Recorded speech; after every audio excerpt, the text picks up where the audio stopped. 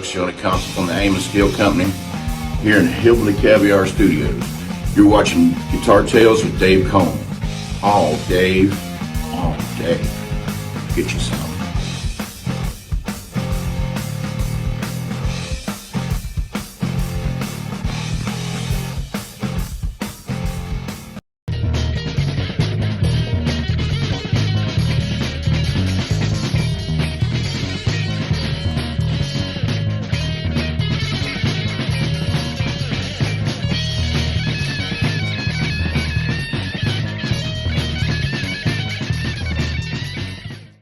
So we have Johnny Compton and Corey Feldman right next to each other at the beginning of the show, because I wanted to open by saying the great Johnny Compton. Does that mean I say the great Corey Feldman? Maybe I do. We have a really fun show tonight with a very grumpy guy who will be joining us, JR Everhart, who's fabulous. I've been watching his YouTube videos. And before we take him out of the green room and into this room, as we do every week, we'd like to thank our sponsor, which is the great Charles Larita of the Great Mischief Studios. Go there to get your instrument fixed, and then you record the next great tune on it, and you make friends over there. You take some lessons, and you market it. You'll get all that done there. Charles is fabulous. So we really highly recommend you go there. The other thing we'd like you to do for us, which is a lot of effort, it's really difficult, but we think you could do it. We have faith in you. Subscribe. It's a challenge, but you could pull it off. We have confidence in you. And all that silliness aside, if you do that, you'll get a little bit more in your feed from our show. We put out a lot of content, and not me, but Scott Guitarmacist Engel, who will be co-hosting with me tonight, does a fabulous job of taking a nice, long, beefy show like we'll be doing tonight, and he gets all these little chunks. So you'll get the 1 to 2 minute clips, and they're just like a little thing to brighten your day. Maybe you get a chuckle out of it. Maybe you learn. Maybe you're just mildly entertained. If you subscribe to the show, like just by hitting that, and we have the icon there, you can take your phone. We have the QR code there. It'll end up in your feed a little more often, and you can watch us. It helps us get the word out. It helps us get great guests like JR, because we have JR tonight because he started watching the show about a year or two ago. So it also helps us to get better content. So with that being said, we're pulling 2 people into the studio, and JR Everhart, thank you for joining us. Thanks, Dave. Thanks for having me. You know, it's funny. Scott was chatting with us earlier, and he's hopping in the studio soon, I believe. We already did a show because it's just people who love music talking. And then Scott did the right thing. He shut us up. He said, that's a show. And we always like to keep it organic. You may talk now. There we go. That's right. That's right. Welcome to the party, Scott. Hey, kids. That's right.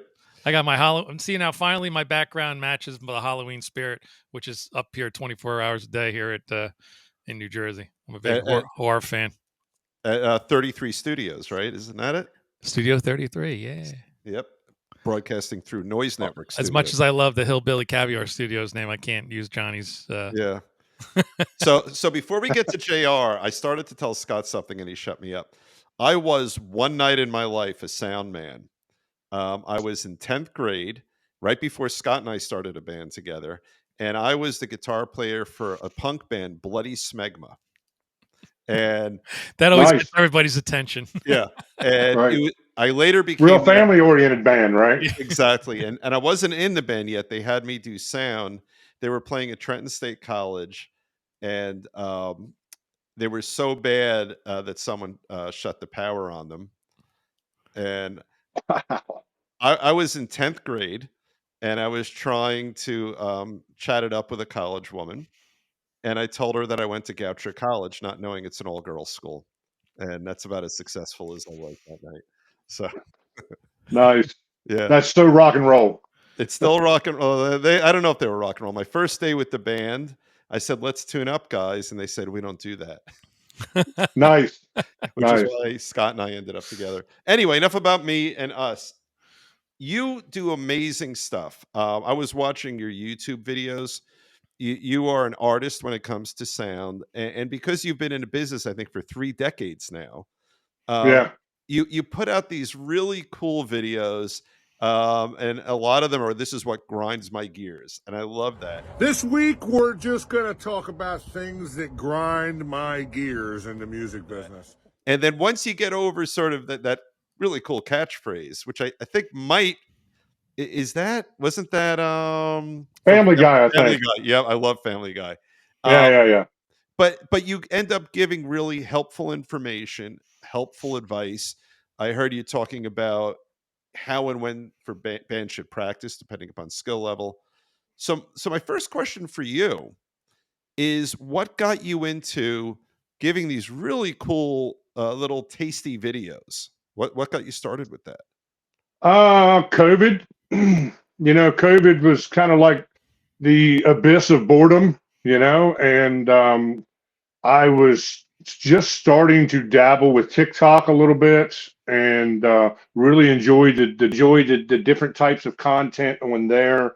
Was starting to, the longer you're on there, the more the AI algorithms will start be to your interests. So I started getting some videos from other production people all over the world, and bands and the whole, because there's a ton of bands on TikTok. And I was like, Right. man, I got all this downtime because I mean, literally for the first months, after we had the first shutdown, I did absolutely nothing, and I was just losing. Thankfully out here in West Virginia, I have a nice, 3-acre property, and there's stuff to do around the yard. But in March, there's not a lot to do outside, So Yeah. I just started this, just putting rants, out of frustration on TikTok, and kind of coined the stereotype that every sound guy is. So I did the grumpy sound guy thing, thinking that if you look at that hashtag, there's probably like 19 bazillion guys out there calling themselves the grumpy sound guy, and it turned out it really wasn't. And I was like, oh, well, wow, that's kind of interesting, and I've always sort of had a marketing mind about myself. I mean, I run my own business. So, I do pay a marketing consultant to help me out, especially since this online content has taken off. But it really just came out of, here's just a long list of like, kind of taking that Lewis Black approach, to just ranting about the music business. Guitar players that turn up after sound check. Yeah, right. Venues that are like the size of a cigar, 8-piece horn band, and then complain about volume all night. All the things that we deal with in middle market, because really middle market is, the awareness that I'm trying to bring to my content is that middle market really represents the predominant amount of music in our country. There's probably, for every national event that happens in a major city, there's probably playing acoustic all the way up to 10-piece horn bands all around town. Right. Sure. So, and I think that a lot of cover bands don't realize just how big of a role the middle market plays in the music scene. So just kind of playing off all that kind of stuff, and then started the YouTube channel. Really is more of an educational thing. Like I was goofing off on TikTok, sharing it on Facebook, which Facebook is kind of where most of my fun, at least the organic stuff. Right. So I started the YouTube channel like, well, here's how you do in-ear monitors. Here's how you do this. Here's how you do that. Even got on the console a couple times and did some live stuff where I was showing how my start scene is set up, and things like that. And then those were really long videos. And then as I started to bring the marketing guys in with me, that down and really get serious about 6 months ago, about really trying to do something with the grumpy sound guy, persona, because everywhere I go, that's what everybody wants to talk about. Like it's gained me so much street credit that it's just ridiculous, to the point to where I have some bands that are afraid to hire me because they're afraid that I'm going to just online critique and roast them or something on my channel. I had a band like 3 weeks ago that was like their sound guy bailed out at the last minute, and it was the last day of the month that I had open, and I was actually going to have the night off. And he called, and he's a buddy, and you know how it goes. So I went and did the gig. Right.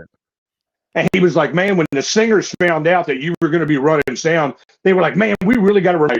Otherwise, the grumpy sound guy is going to be talking about us on Tuesday on Facebook, I love it. I love it. So I think it's brought some accountability to the table, too, which, helps all of us, really. Yeah. You do all kinds of size venues, right? You do small and large? Yeah. I don't do a whole bunch of pro touring level stuff. I used to freelance for some companies years ago. I'm really more just, I'll be 51 this month, and I'm trying to work smarter, not harder.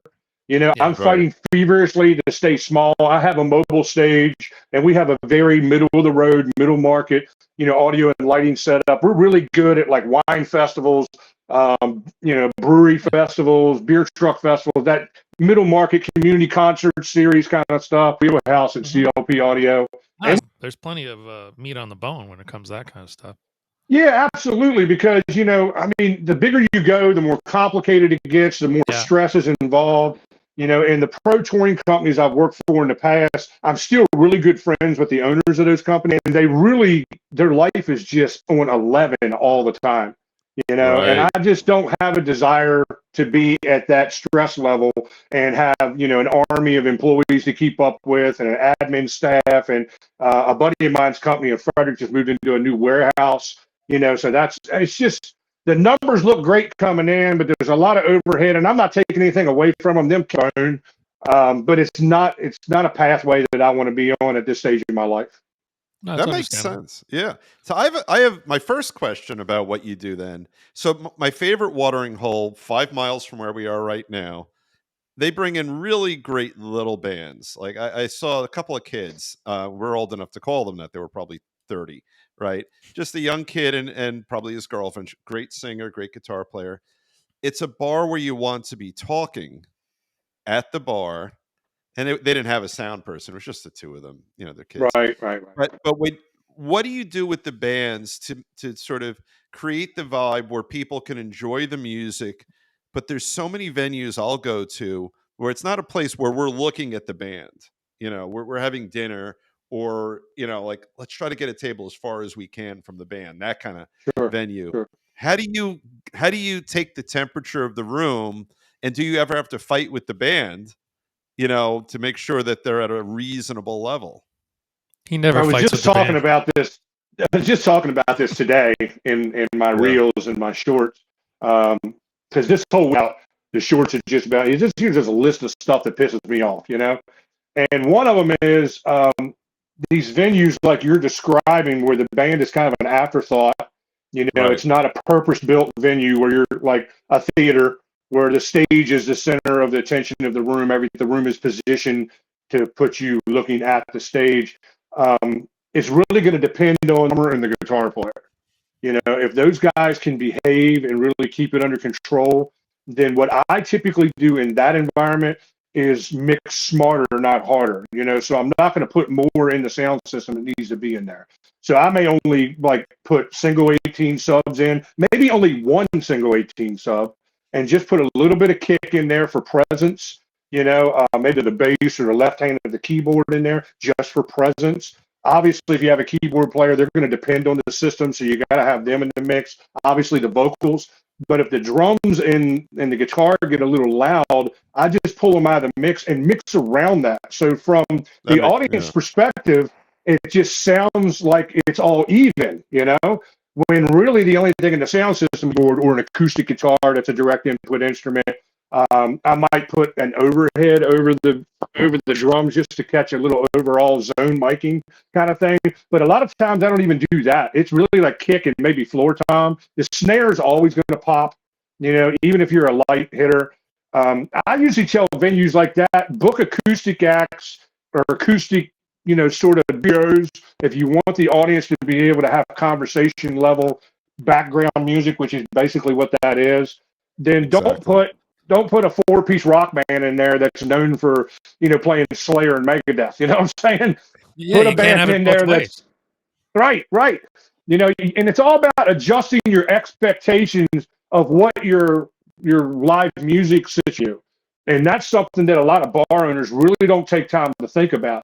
They're like, we just want to they want to make a quick buck. So they want to get the band that draws the most people, shoehorn them into the corner of their room. And then when everybody, can't hear each other talk and the bartender can't hear people trying to take orders over the bar, then everybody's losing their mind. And it's like, well, you're up for disaster here. Because, That's exactly right. Yep. Drums is an instrument you literally have to hit with a piece of lumber. you know? Yeah. Yeah. So Yeah. it's going to be loud, you know? And then, yeah, and I love what you said. So you've got the drums, and say 80% of the drumming sound will be, just drum to air, right? But then you have to get everyone around them, and you have to build around them, and that's a hard task, especially if someone decides to put a drum kit in a venue where it's background music. That's got to be Uh, hellish for you. I I've been don't in that get too scenario. much of that stuff because where I am financially, the fee that I charge doesn't usually fit into those budgets. So I don't get too many of those kind of gigs. If I do, it's in like you where they know the band's going to be loud because they typically have college bands or they have college-esque type bands that are gearing their set Right. lists toward college kids. So that's usually not so much of a problem. I think of a club in Frederick called Bushwallers that I mix at 2 or 3 times a year. It's about the size of a shoebox, but every set is a different crowd because in downtown Frederick, people bar, so the first set you have like crowd A, the band takes a break, the room clears out and a whole other crowd comes in, so they're charging at the door each one of those, sets. So they're actually capitalizing on the fact that people really aren't going to stay more than 40 or 50 minutes in the room because there's plenty of people coming in to replace them. That's interesting. So in that scenario, I always just allow the guy on stage. I think a mistake a lot of young guys make is they want to get everything in the system and have control over everything. Well, that's fine if we're at an outdoor gig or in a big room or something like that. That's exactly what you want. But when you're in a small room, that's really what separates the men from the boys as far as sound engineering is concerned, because less is always going to be more. That makes a lot of sense. I mean, it really does. And do you have issues if everyone's in the board, do you have intra-band issues where you'll have, if two guitar players, you've made him louder than me or her louder than me? Oh yeah, that goes on all the time. And as the sound guy, how do you manage that? I really let the music dictate that. Okay. Rhythm player, and we have a lead player. In a lot of these like B-rated bands, A being the upper echelon, like the Amish Outlaws and Reagan Years, and the guys that really blow up the middle market here in the Mid-Atlantic. Right? Yeah, absolutely. Those kind of bands are playing different venues than B bands. In level of musicianship than B bands. So my responsibility as a sound engineer for whatever client that I'm mixing is to make that band look as good as they can possibly look. So if I have somebody in the band who's maybe not quite that great of a guitar player or that great of a whatever fill in the blank backup singer, I'm going to do my best to hide them in the mix. When it's all done and over with, when their fans are telling them how great they sounded, they're never going to know that they weren't in the mix. All they're going to know is, hey, we sounded great, man. This guy really is got it going on. And really, all I did was just try to remove the stuff that wasn't correct and mix for the music and not for the egos on stage. Right. So he virtually removed one of the members of the band. I try to keep them in as much as possible. When they're playing their parts right, hey, I want them there. I'm very, very dialed into that. I want to give everybody their fair shake. That's smart. That's smart. Yeah. I'm not trying to rob anybody of their spotlight, Yeah. No, it makes perfect sense. But if you're playing the song in the wrong key, by getting you out of the way until you figure out that, hey, you need to play this in a different key. Instead of these go to 11, these go to 0. Well, by the way, that was my dirty little trick because I'm a crappy guitar player, and that's not fake humility. I am, but in one of my bands, I couldn't play one of the leads, and we had a better guitar player, so I would actually shut my volume and pretend. And I was at peace with that. Yeah. And nobody knew. And then nowadays we got bands.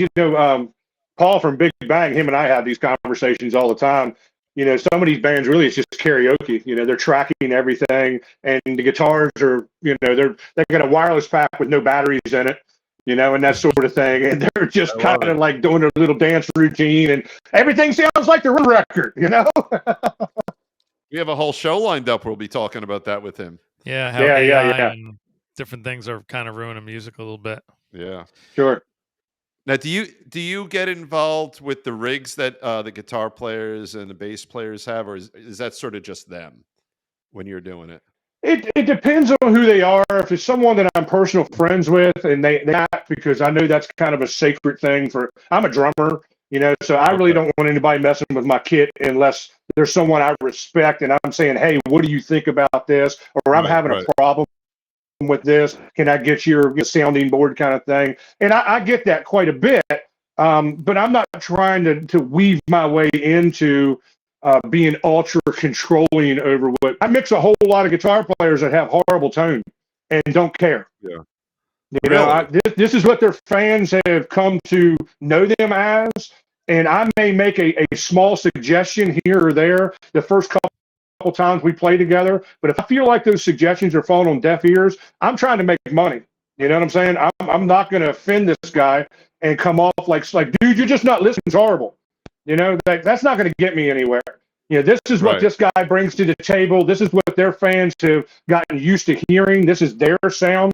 Whether I think it's great or I think it sucks, that's between them and the fans. I'm going to do my best as a sound guy just to reinforce it and make it sound as fat and as good as I can. But I mean, it's a microphone, man, not a miracle worker. You can only do so much with it. And with some of these cats, man, especially these guys with the pedal boards with like 28 pedals and 316 little cables go bad.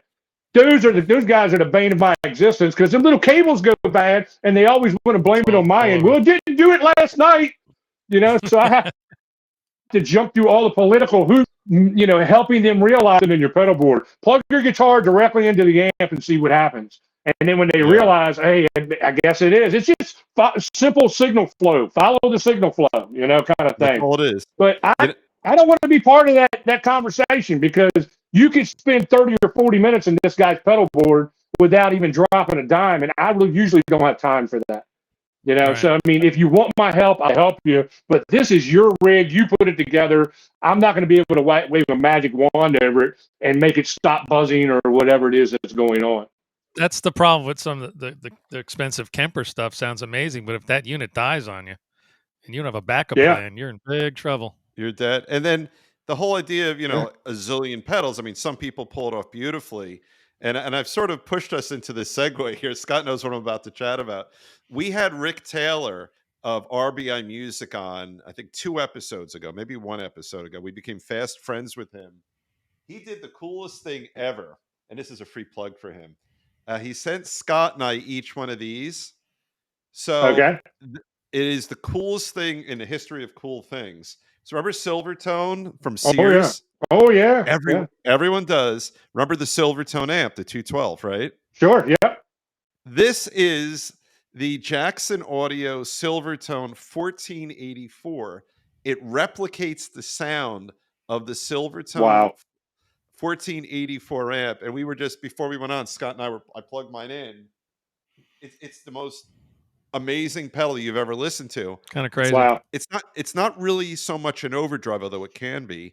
It makes and it turns out I have an old vintage amp, which is also owned by RBI Music, and it just makes it sound like a Silvertone. So wow, that's amazing. Yeah, it is. And to talk about your guys, if they had enough confidence, right? Some of these bands, they could take one pedal like that, sure, and clean with a little bit of flavor in there. And they'll sound and let you work the rest. No, I stripped down my rig too. I used to carry a big pedal board, and I did the Line 6 thing with their big pedal board thing, and then I just got it down to like 1 unit, $300 unit, got overdrive, modulation, delay, reverb, and a boost, and that's it. Done. I see a bunch of guys using the Helix, and they'll get in there and customize it. You know what I'm saying? And that typically never works out great. So I probably run into more thin sounding guitars because guys just don't understand the technology, that fat tone out of these digital processors. I know have mixed other guys, especially I do a lot of up and coming Nashville guys, acoustic duos, like 3 and 4 piece guys that are doing like fill dates coming through, up 95 or up, 81 or something like that. And I've seen a couple of those guys with helixes that sounded like a million. It was minimal stuff. It's the same thing we deal with digital consoles. You know, when digital consoles came to the forefront, they were amazing for 1,000 different reasons. But one of the Achilles heels of that, and I run into this, I interned some guys from a local university from their audio, degree class, and it's like, man, just because you have 20 you can apply to that channel doesn't mean you should. You know, it's like the difference between intelligence, understanding that tomatoes are technically a fruit, where wisdom is knowing not to put it in a fruit salad. You know what I'm saying? It's that kind of mentality. You know, where less is always more, and the cats that understand that and don't try to compress every patch and EQ, play really good guitars. You know what I'm saying? Have it at the source. I'm kind of a purist that way. You know, because I came up, I'm 51, I'm old enough to remember analog. I came out of the analog world into the digital world. And I remember the first time I looked at a digital console, I was like, this is going to be a disaster for guys who don't understand analog, because they're going to think because it's available, we should use this on every channel. And you really don't. Yeah, and it's degrading what your right hand and left hand are doing on the strings. Absolutely. You know, if you don't do it with intention. Sure. You know, I mean, look, I joke that I'm not good, but I know, like, I could cover up a lot. But if you want really good music, if you're not doing it with intention, if you're not doing it with focus and planning on what you want to accomplish, I mean, I'm listening to you talking about what you're doing with intention for the sound of the band, and you're talking about maybe getting the ambient sound of a tom-tom, and you're saying snare doesn't need it because it'll pop on its own. Acoustic guitar, obviously you want that straight into the board. There's a science to what you're doing, there's an intention to what you're doing. Sure. And you're not goofing around. You're saying, here's the venue, there's 300 people in here, the band's over here, they're 20 feet from the nearest table. I want the people in front to not be overwhelmed, but I want the people in the back to hear. I want these rear speakers here. I got to make sure the band can hear what they're doing, with the monitors, all that stuff, but you're doing it with intention. Yeah, you're going to own it, because it's your mix. And I take that very personal, because that's just kind of the way I'm the same way with my drumming. I'm OCD. I'm a detail guy. I'm a big personality. I am very meticulous. I am not a set it and forget it sound guy, but I don't tinker till it's horrible, because there's those guys too who don't know how to leave it alone. No, each song may require a different vocal mix, because there's 3 different vocalists in the band, or because vocal 2 sings a harmony in the second song louder than they did in the first song. So I'm trying to stay dialed in on that and be part of the presentation as if I was on stage. And that's where I think being a musician really helps you being a sound engineer, because you get this, and you know what I'm talking about. You get this in your DNA where you can't unplug from the music. Like, it's just part of you. And then mixing cover bands where I know 98.9% of the music they're playing anyways, I know when the guitar solo is coming. I know what the vocal harmony should sound like. I'm going to try to mix it like the record and make it sound like the record. And again, it comes back to that experience thing where you know what not to do being as important as what you actually are proactive with doing. But whatever you do, own it. I was going to say, even when I'm setting up with a sound guy, especially if it's a newer sound guy, I have a lot of personal sound guy etiquette, I call it. I'm not noodling on my guitar while he's trying to mic my amp while his head's right there. And you'd be surprised. I'm talking to the audience now. The awful things that sound guys have to go through with bands that are really green. Right as soon as we do it, they do a sound check right away. I can't hear my vocal. I can't hear my guitar. It's like 17 different orders coming at the guy at once, and he's got to go, let me work on his mic. Yeah. What do you need? And now what do you need? Now I'm ready for you. What do you need? Sure. Yeah, you're absolutely right. It goes a lot better. Absolutely. And when you're in a middle market situation where 9 times out of 10, you're mixing monitors from front of house.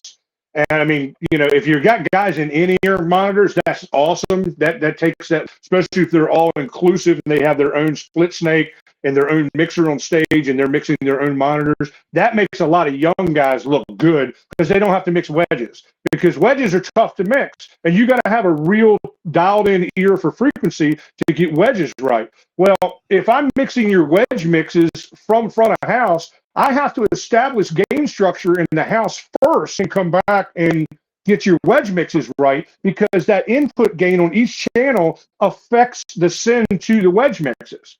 So it's like, guys, let me get front of house right. Then we'll come back through all this again and we'll get monitors where we want it.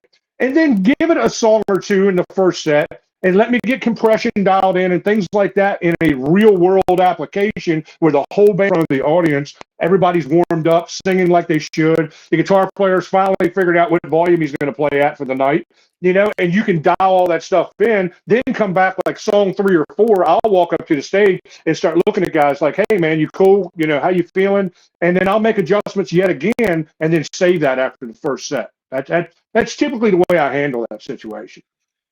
You know what I love about what I just listened to?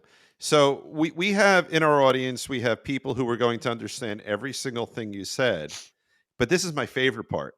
There are people who watch our show who know nothing about this. And what I love about it is those same people will go to bars and venues and listen to music and enjoy it.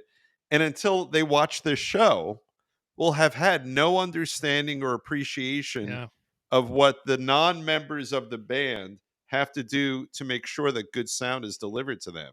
And that's really cool, because I would imagine the conventional wisdom among intelligent people who know a tiny bit about music, they'll just say, well, the band turns on their instruments and they have a PA system and they play. And if the sound's good, it's because the band's good. If the sound's bad, it's because the band's bad. And part of that is true, maybe. But this whole piece of it, I think, will be wonderful for our audience who has no appreciation. Like, so let's say, for example, you go to a family party, right? And a 15-year-old kid of one of your cousins says, what do you do for a living? How would you give them the so-called elevator speech about what you do to make bands sound good? My go-to response to that is usually I take sonic chaos and turn it into art. Oh, I love that. That's I love that. That really is. Yeah, that's and that usually flies over their head, and then I'll have to go and explain to them exactly what I do. And even in conversation, they're going to walk away and tell their buddies that I was a DJ. So I mean, usually the way that goes, you know, welcome to my world, you know. Sound guy is key, man. I can't even tell you. We got a bad sound mix or a bad sound guy, or you know, and they're out there like any profession. Some guys are really great, some guys are not so great. Right. And we've had guys like the thing is feeding back like crazy, and he's nowhere to be found because he's on his little iPad, who knows where. Yeah. So we're stopping what we're doing. We're looking around for the sound guy. You don't want to get on the mic like, where are you? Right. Right. But it can make or break your band experience and you put you in the zone or take you out of the zone. Yeah. That's exactly right. Because I mean, what we're trying to is really just make sure all the levels are in the correct channels. Like guitar 1 is one channel, kick is in the kick channel. We really don't sculpt it into this beautiful sculpture until the band actually starts playing and we get 2 or 3, 4 songs under our belt. And now we have everybody settled in with how they're going to perform on stage. We've got compression set in a nice place where it's still dynamic and everything to death.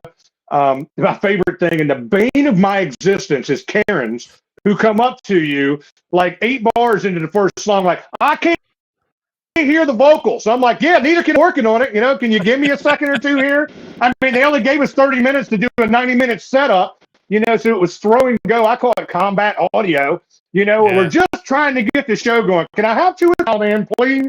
You know, so we talk about that a lot on the channel. I try to, you know, help out when I can. Sometimes we bring our own mics and, you know, the guy, he drapes the wire over it. I'll stick it in there, you know, little things. Sure. No, it's so how do you deal on an interpersonal level? You could push off the Karen, but that's sort of bad for your business model. So how do you handle the Karen to support your business model? Or are you just busy enough you don't have to worry about Karen? This is an ongoing conversation with production guys. Like this conversation never ends. Like every time I get into a circle, some of my competitors, which we're all friends, by the way, and we talk to each other. So if one guy blackballs a band, you're probably going to get black auction guys, as we all talk to each other. But some guys just ignore them. It depends on the caliber of the gig. Who it is that's complaining. If it's the person that writes the check, I might smile and nod. Yeah, okay, thanks for the input. I'll make some adjustments. That rarely happens, but usually the people paying for the gig is smart enough to kind of just stay out somebody's girlfriend or someone who's a friend of the band who thinks they know something about pro audio. I mean, the reality of it is, even most of the promoters and the bar owners have no idea what it is that we do. They know we load in a bunch of equipment, set it up, and make noise. And if it doesn't squeal and feed back all night, they really don't know if the guitar was nice and fat, or if the kick was, really, or the snare sounded like trash, or as crazy as it sounds, the singer sang out of key half the night. It's amazing how when you're playing the right songs that the crowd wants to hear, how much of that they don't even catch. So they really don't have any idea what it is that we do. So I just try to be decent, but man, there's been times where I've been like, you need to go away from me before I have somebody throw you out of here. I'm trying to work. Looking out for your equipment. How many people come up and put a beer on the monitor, or the guitar player's got his foot on your gear. Yeah. Sure. Or they're kicking over suds, and they don't put anything on their amp. All right. Sure. On their pedal board. Sure. And you can put do not put drinks here on the subs, and that drinks all night. Karen puts the drink on there every time. Absolutely. And grabs the tambourine off the stage. My favorite line is, I'll ask them what they do for a living. And, I had one lady say, she's like, well, I'm a bus driver. It was a drummer's girlfriend at a gig. And she wanted the drums to be louder, to be stellar. And I was not going to jack with it no matter what anybody said. And ride your bus with you and tell you when to make a left turn, and how to drive the school bus and when to hit the brakes and stuff like that. Or do I follow you at work and throw rocks at you while you're mowing? Like I'll say that sometimes, and they usually don't know how to respond to that, and they'll just walk away. Yeah, that's great. That's cool. So I want to segue a little bit now. So we got you on here because you've got an amazing online presence. So let's talk. We were talking before we started taping, because we did a show before we did a show, like we always do. Right. And when the beer flows, it gets even better. But so how has your internet presence, that's the wrong word, that's like an old man word, your social media presence, I am an old man. But Scott's a few months older than I am, I think. But how I have a young wife to offset that. That's right. We can't say it. By the way, before I'll interrupt myself, take a look at your screen right now. CLP Audio and Staging. Take your phone, take a picture of that QR code. And that is how you get to all the great stuff that JR does. But you have this fun, helpful, informative online presence. So how has that impacted upon your business model? Man, I mean, when we first started this, it was really just a joke. And within 30 days, my phone was just going nuts. I mean, Really? Absolutely bonkers. Yeah. Like we just on Facebook and Instagram, and believe me, we're not making a lot of money there, but at least we're monetized now. So we're moving in the right direction. We're probably another year and a half away from being monetized on YouTube. We really don't care that much for TikTok, even though we're dumping content there every day during the week. It just brought an awareness to my company, brought depth to people's perception of who I am, because I let them into my world and I let them into my mind, and the way I think about the industry, the way I think about bands. I have always been someone who has groomed bands. I've just, for whatever reason, I've always been that guy that bands came to. A lot of it comes from my reputation as a sound engineer. Really bought me credit and earned the right to speak into their lives. And I was able to say, look, if you do this and you do this and you do this, I know these things work.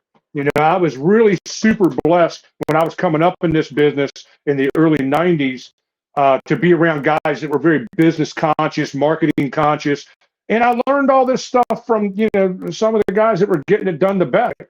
So nothing has really changed in how we want to present the band. What has changed is how we get that information to the people of influence. So that's basically what the whole grumpy sound guy thing did for me. It was letting people into my world that may have only worked with me once or knew that I was this great sound engineer that runs a band and they play in another band that doesn't have the budget to hire us because they're playing C rooms or whatever the case is. It just opened up all these people's perception to who I was. Like, wow, this guy's a lot deeper than what we thought he was. We just thought he was a sound engineer, and here he has all this knowledge about how to market bands and how to make a band successful. The last band was a classic rock band that was sponsored by Budweiser. I managed that band, and all the things that I tell bands today, I had put into use with that band. That band broke up 10 years ago, so go back. That band was together 7 years, so go back 17 years when we were all posted on MySpace. I was still doing all the same stuff I'm telling bands to do now. Transitions are, the importance of, song selection. Play the freaking songs right.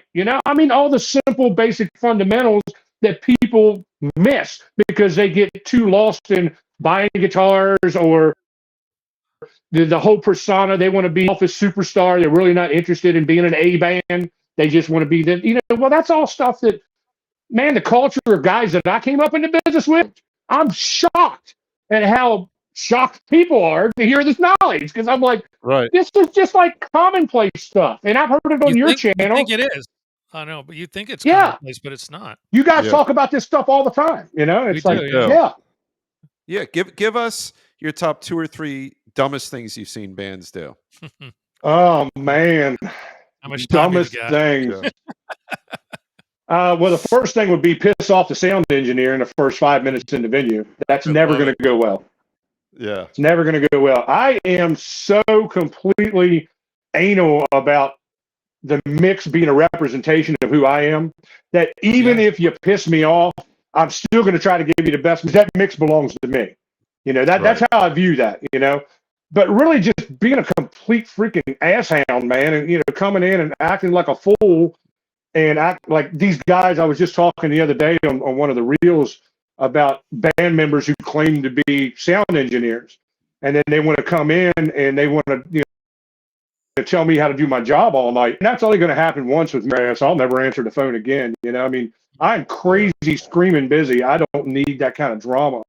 But stupid things, snorting cocaine in the bathroom and getting caught by security. I had a couple guys in a venue I was working with. That might sound really rock and roll, and all that kind of stuff. But in a venue that is a family-oriented venue where I came in and caught you guys, you were in the bathroom doing this junk, and the security happened to walk in just as it was going down. And those guys played in multiple bands that were big bands in this venue, and the owner just axed every one of the bands without question. He had a zero tolerance for that kind of stuff.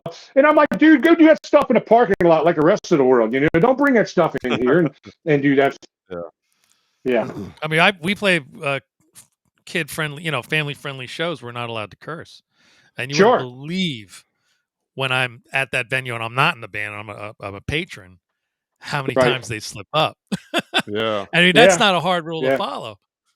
But it does. It ain't coke, but it still pisses off the management when you say shit or F or whatever. Right.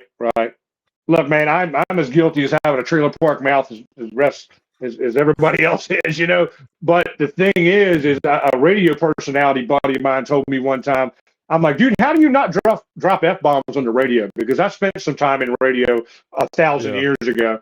And he was like, I just don't drop that kind of F-bombs in my personal life. He's like, when you're in the habit of not cursing, or at least using big, crazy, major curse words in your day-to-day life, you don't have to worry about slipping up on air.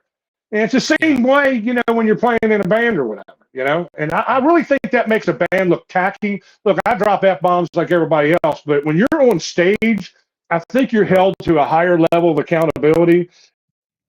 And I think it just makes you drop an F-bomb word, man. That's just my opinion. It could sound a little pandering to the audience and a little crass. And I think these days you're not edgy because you drop an F bomb. I mean, network television has it at this point almost, you know. So Sure. I don't think you're getting credibility, street cred with F bombs now. I Right. think you just look like you haven't found a more creative way to be edgy. Well, there's Right. some songs that actually have curses in them. Right. When we Yeah. sing Enemy, Yeah, you know, yeah, like kick the living shit out of me and Worst Enemy that we play all the time. And then Yeah. I get to Yeah, the chorus yeah. and I go, no cursing at Martell's or whatever. And make a Yeah, joke right. out of it. Because I'll say Right. crap. Let them say shit. Right. The Yeah. venue doesn't want you Right. to curse into the mic. It can be a real fun game to make up other things to put in the place of Yeah. curse words that really Make it only part the of the band show. will catch. You know, I mean, Yeah. That's good stuff. And now give us one more. Give us another, just the stupid shit that you've Yeah. seen bands do or not do. Take as long as you want. I could edit this out. I think You're gonna look like you're snappy with the answers, JR. Really. Or we keep it in because that was pretty cool what Scott said. I think a lot of bands make mistakes by not taking what they're doing seriously, and it makes them look Amen. like an ass. You know, Yeah. like they show up late, they take forever to get set up.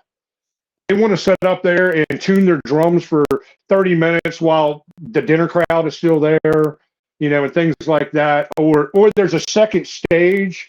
Like I just finished a summer concert series here locally where we had a big stage, and then about, I don't know, 80 or 100 feet in front of us, probably about 80 feet in front of us, was an acoustic stage that played the first part of the show. And the band, this guy was playing his first set. In fact, we would do sound check during his break. He only did 2 sets. And you know, guys would start honking on their guitars and drums, and I'd have to be like, "Whoa, dude, you need to pump the brakes. This guy's on stage down here, and I don't want to be disrespectful to him." I wish I had like some more like super crazy, like people blacked out on stage, or you know, I had one. The singer and the bass player almost got in a fist fight right at the end of the night, at the climax of the night. Like it's assholes to elbows about 50 feet in front of the stage, and these guys are yelling at each other on stage and pushing each other. Wow. That's probably the craziest thing recently. I like that one. Yeah. I like assholes to elbows. I'm going to use that from now on. Yeah. When I talk to Johnny Compton over there in West Virginia, I'm going to drop that on him. He's going to, where'd you learn elbows to assholes? Right, yeah. By the way, right. do you know Johnny? I don't. Where's he at in West Virginia? God only knows. But he's in a band called Hair Supply. Do you know them? Never heard of them. Because West Virginia is probably about half the size of Jersey. I think something. I guess it's big enough where you wouldn't. It's not that incestuous there, but you would know. The thing is, when you tell people you're from West Virginia, they're like, "Oh, do you know so and so?" Like we all have like a weekly meeting, and you know everyone's whatever. I live in that little football shaped thing that's kind of the thumb of the state. You know, the Eastern Panhandle, and we are radically different than the rest of the state because, and I'm from here. I've lived here my whole life. Because we are a bedroom community for DC, you know, and we look more like Frederick, Maryland, and Leesburg. Okay, gotcha. You know, than what we do the rest of the state. I am only 90 minutes from Inner Harbor or 90 minutes from the mall in DC. You know, it's a great place to live because the taxes are cheap, and I'm within striking distance of all, you know, 2 big markets, you know, or whatever. I don't know where he's at. He may be further. He might be, yeah. I went to GW, and one of my summers for money, I worked for their building department. Half the people who worked there lived in West Virginia. I can't believe you went to Get Wasted University. I did, and I did. I went to UR High. I'm probably I'm probably 3 hours from Morgantown, where WVU is.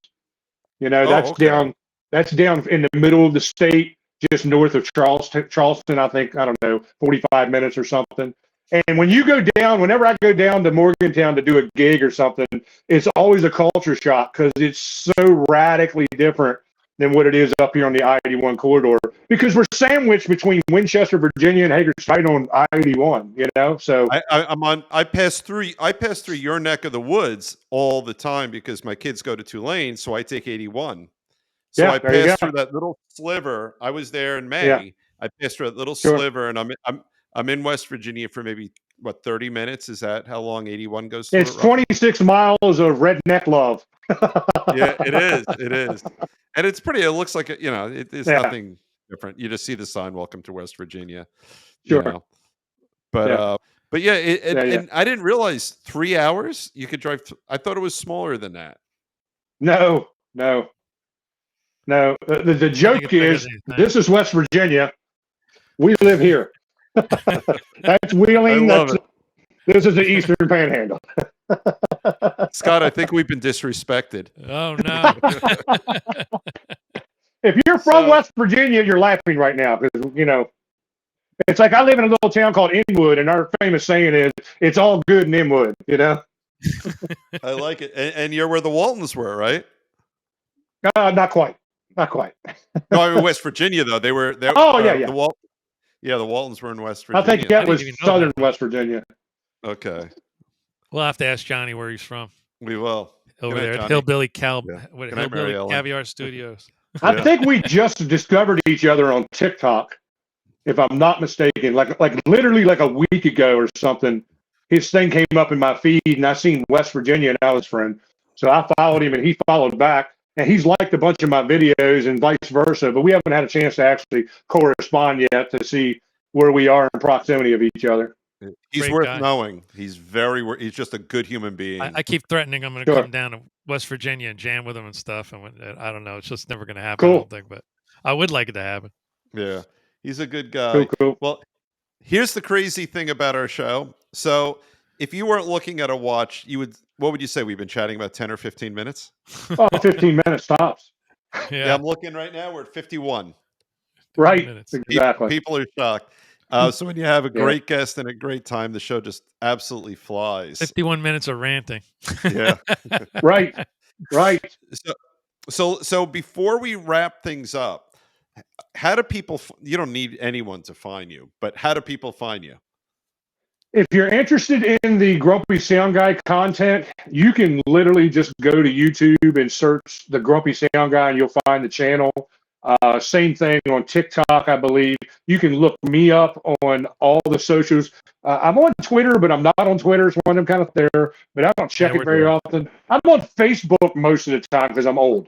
That's where all us old people are, is on Facebook. We're all comfortable on it, right? We feel safe So we there. know the format. We don't want anybody on our lawn. We don't want to change how anything is set up. So, Facebook. So if you look for JR Everhart, you'll find me there. If you look for CLP Audio and Staging, if you Google CLP Audio and Staging, you'll find me. Company website. I have a brand new website the marketing people just released 2 days ago. CLPaudio.com is where you can find me. I looked at it today. It's got this scroll where you could press the arrow left and right.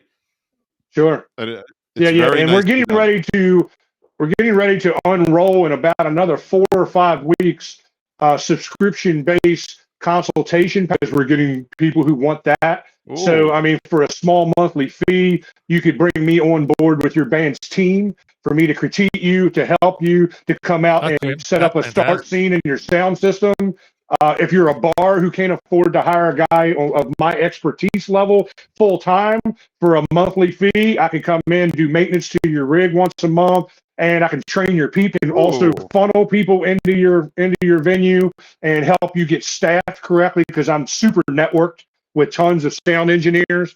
So yeah, there's going to be a lot of really cool, fun stuff coming. Probably going to hit November with all that sort of stuff. And we'll have 2 different categories. We'll have one for the corporate entities that will be one price point, and then we'll have one for like the normal cover band musician, local guy, even like a local church that has a small budget that just wants someone like me to come in and keep their staff dialed in once a month or something.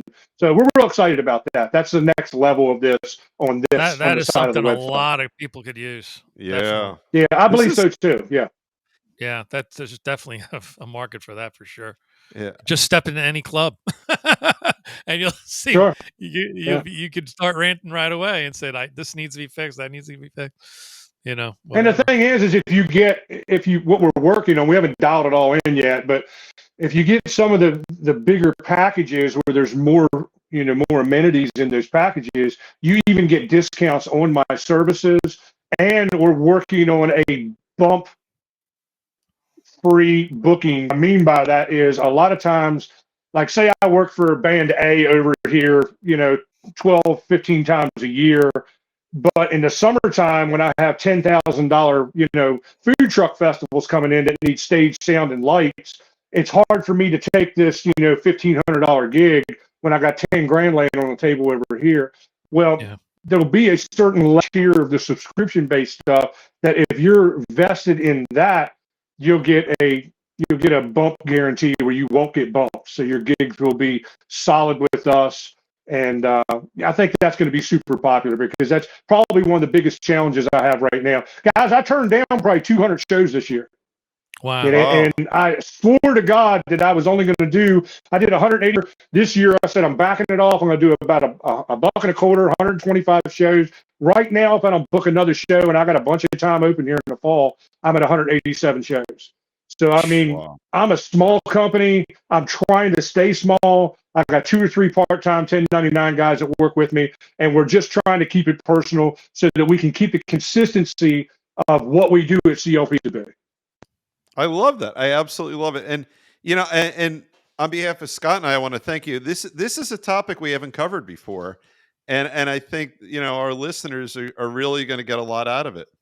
And it's even my Cool, way to pay man. homage to all the sound guys, that I've worked with over the years. They've all been terrific. Yeah. And you said about not pissing sound guys off when you first get there. Listen to me, band guys. Shut up. Yeah.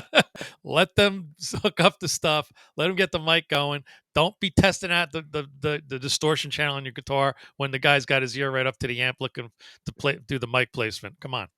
Yeah. It's basic stuff. Basic stuff. And I mean, the bottom line about that scenario is if you're going into a venue that's had the same forever, he knows that room better than anybody. Follow his lead, and I promise you, your band will sound like dynamite. Yeah. Good Stone stuff. Pony, best sound in town around here. They got separate sound guys for monitoring, separate sound guys for front of house, and it always sounds Amazing. It's not super loud. It just sounds really clear and crispy. You could hear everything. It's always amazing sound there. It really is. Sure. Well, this has been 5 minutes that became an hour. Thank you. This was Thanks fun. for This having was a me really on, fun man. show. Absolutely. As we always say, you come here a stranger, you leave a friend. Yep, absolutely. Absolutely. So we had a great And I time. keep telling Paul I'm going to come up and sneak up here. When I do, I'll let you know. We'll all get together and have a beer. Yeah. Oh, we definitely. absolutely will. Here, we'll share a Genesee. That's the crap I'm drinking tonight. Genesee when there's nothing better in your fridge. I just came up with that one. Anyway, thank you so much for joining us. Again, I say it at the beginning now, thanks to Erin, who reminded me through Scott's wife. Subscribe, but it gets buried if it's at the end of the show.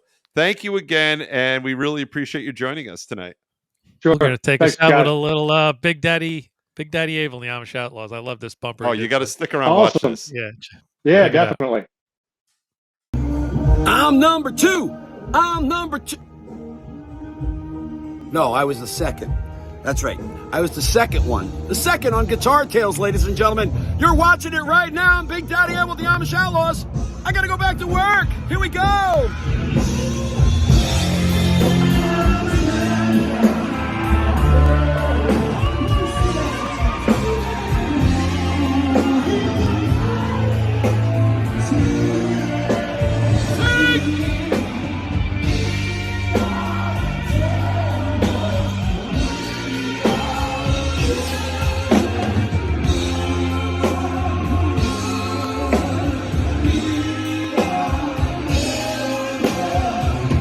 Guitar Tales, my